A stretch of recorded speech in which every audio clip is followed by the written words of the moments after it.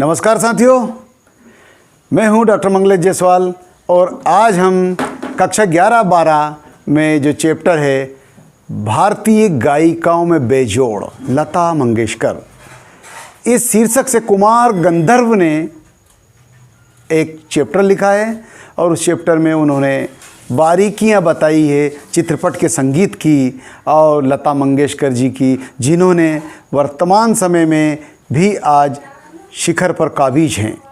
तो आइए विद्यार्थियों, सबसे पहले हम जाने कुमार गंधर्व जी कौन थे। तो कुमार गंधर्व शास्त्रीय गायक, जिन्होंने आज तक शास्त्रीय गायक में बेहतरीन मुकाम हासिल किया और साथ ही कबीर के भजन जिस लय और जिस मतलब समस्त विधाओं में उन्होंने सुरताल लय के साथ गाया, वो आज भी अद्वितीय है। उनके मुकाबले कोई नहीं गा सका। इतना बेहतरीन शास्त्रीय गायक के रूप में उन्होंने मुकाम हासिल किया कुमार गंधर्व। तो कुमार गंधर्व जी का वास्तविक नाम शिवपुत्र सिद्धारामैया कोमकाली। आखिरकार ये वो हस्ती हैं जिनका जन्म कर्नाटक के धारवाड़ में 8 अप्रैल 1924 को हुआ था और ये प्रतिभा वहाँ से चलती हुई आखिरकार अपने मध्य प्रदेश में होती हुई इंदौर से देवास में इन्होंने अपना मुकाम बनाया और वहाँ अपना अंतिम समय व्यतीत किया।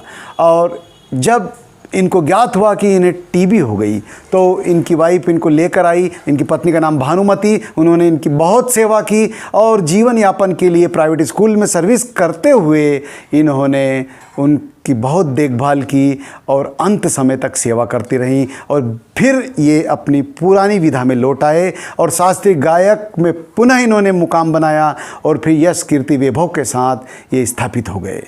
उसी तारतम्य में देवास में रहते हुए उन्होंने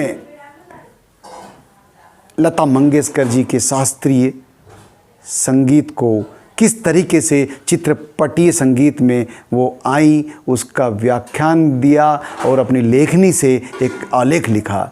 तो विद्यार्थियों, इतनी बड़ी महान हस्ती कुमार गंधर्व ने अपनी लेखनी से लता मंगेशकर जी की बेजोड़ गायिका का वर्णन किया और आखिरकार हमारे कुमार गंधर्व जी इंदौर के देवास में रहते हुए अपना अंतिम समय व्यतीत करते हुए 12 जनवरी 1992 को हमारे बीच से सदा सदा के लिए चले गए।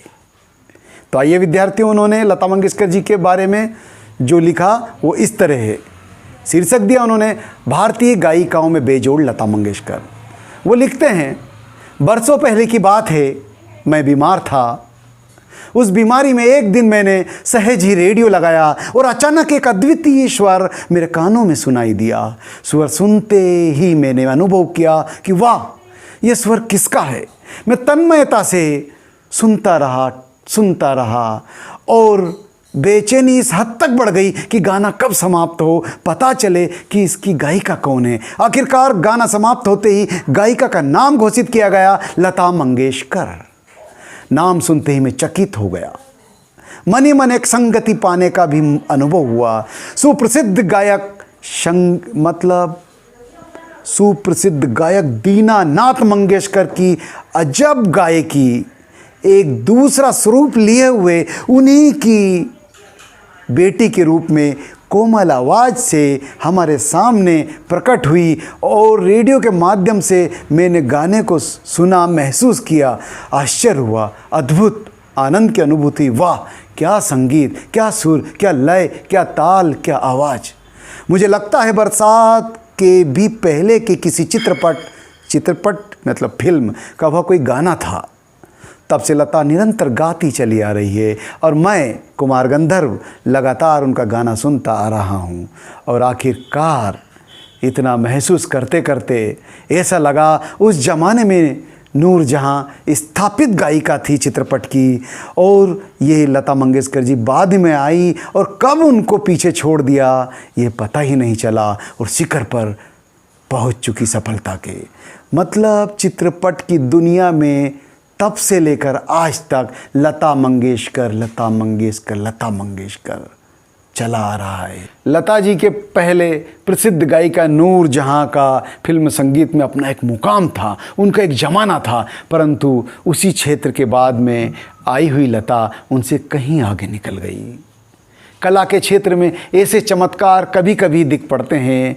विद्यार्थियों, जैसे प्रसिद्ध सितारियों विलायत खां अपने सितार वादक पिता की तुलना में बहुत ही आगे चले गए, उसी प्रकार कुमार गंधर्व लिखते हैं कि अपने संगीत चित्रपट की दुनिया में लता मंगेशकर भी अपने पहले से स्थापित साथियों से, संगीतकारों से बहुत आगे निकल गई।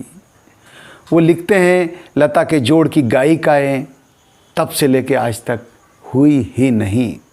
लता के कारण फिल्म संगीत को और मनोरंजन की दुनिया को विलक्षण लोकप्रियता प्राप्त हुई है।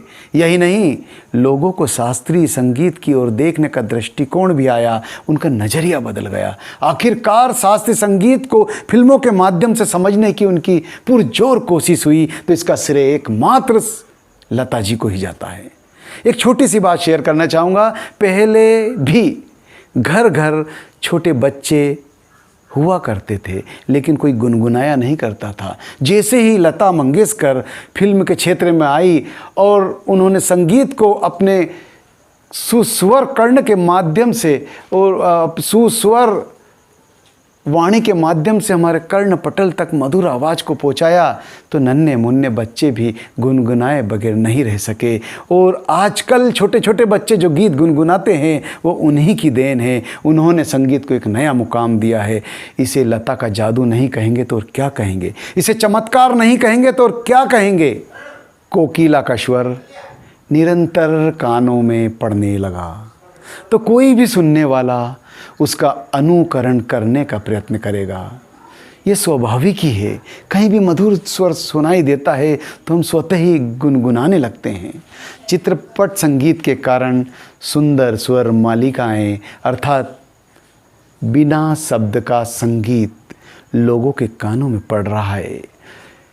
संगीत के विविध प्रकारों से उनका परिचय हो रहा है, उनका स्वर ज्ञान बढ़ रहा है, सुरीलापन आ रहा है, समझ रहे हैं कि मधुरता क्या होती है, इसकी समझ भी उन्हें होती जा रही है। तरह तरह की लय के भी प्रकार उन्हें सुनाई पड़ने लगे हैं और आकार युक्त लय के साथ उनकी जान पहचान भी होने लगी है। साधारण प्रकार के लोगों को भी उसकी सूक्ष्मता और समझ आने लगी है। इन सब का श्रेय सिर्फ और सिर्फ लता जी को ही जाता है। इस प्रकार उन्होंने नई पीढ़ी के संगीत को संस्कारित किया और स्थापित किया और सामान्य मनुष्य में संगीत विषयक अभिरुचि पैदा की और संगीत की लोकप्रियता को शिखर तक पहुंचाया। अभिरुचि के विकास का श्रेय भी लता जी को ही जाता है।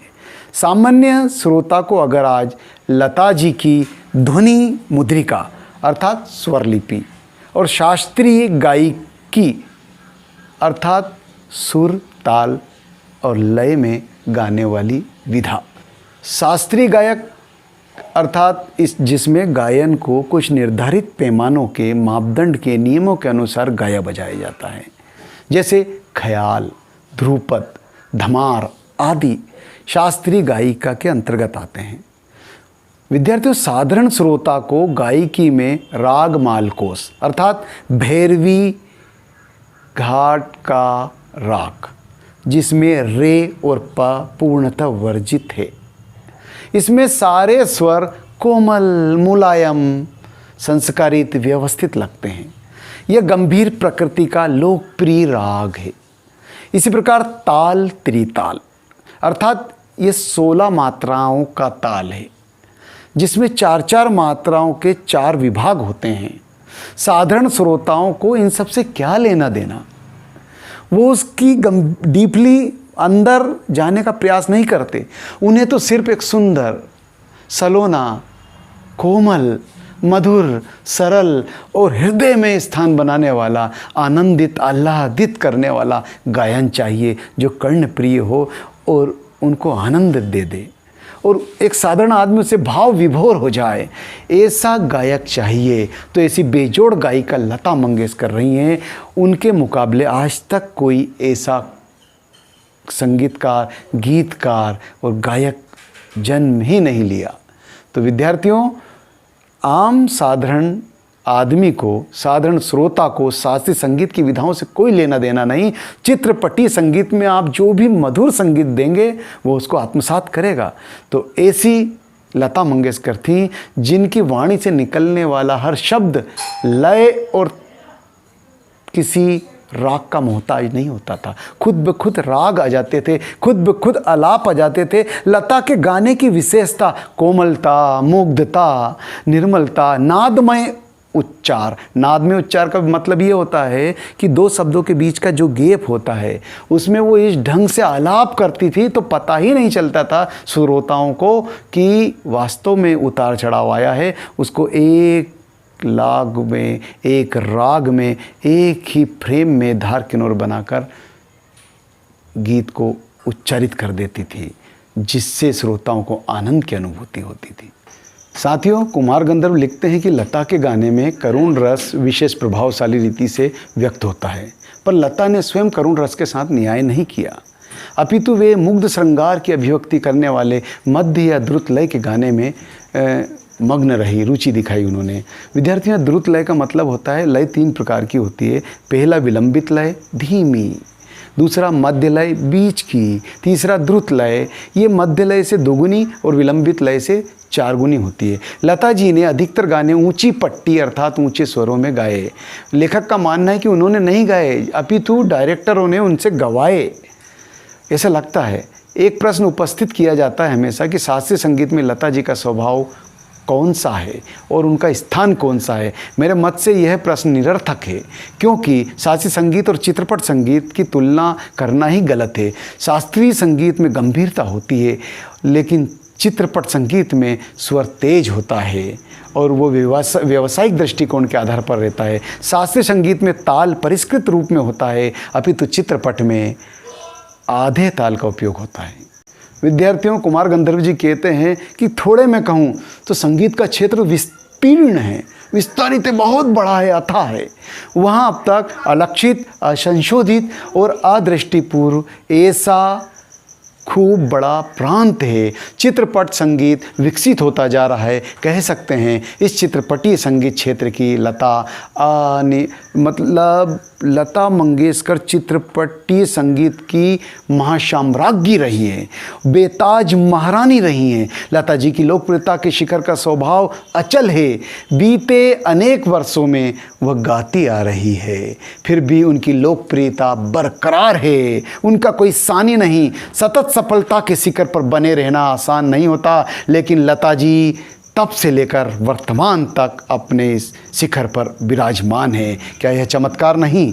चमत्कार नहीं है तो फिर क्या है? बहरहाल यह हम प्रत्यक्ष देख रहे हैं। ऐसा कलाकार शताब्दियों में शायद एक ही पैदा होता है। ऐसा कलाकार आज हम सभी के बीच में है। उसे अपनी आँखों के सामने घूमता फिरता देख पा रहे हैं। सच में हम लोग किस्मत के धनी हैं जो आज उन्हें देख पा रहे हैं, महसूस कर पा रहे हैं। हमारे ज़माने में, वर्तमान में स्थित है। तो आइए विद्यार्थियों, आज यह चैप्टर यहाँ पर समाप्त होता है। विद्यार्थियों, मेरे चैनल के साथ ही आपको एक महत्वपूर्ण जानकारी दे रहा हूँ। किसानी के क्षेत्र में, कृषक के क्षेत्र में, नई पैदावार के क्षेत्र में अत्याधुनिक सुख सुविधाओं लाने के लिए आप देखते रहिए एक नया YouTube पर चैनल कृषि मंत्र। कृषि मंत्र को सर्च कीजिए, बेल आइकन पर जाइए, क्लिक कीजिए और देखते रहिए। सब्सक्राइब कीजिए, शेयर कीजिए, लाइक कीजिए। धन्यवाद।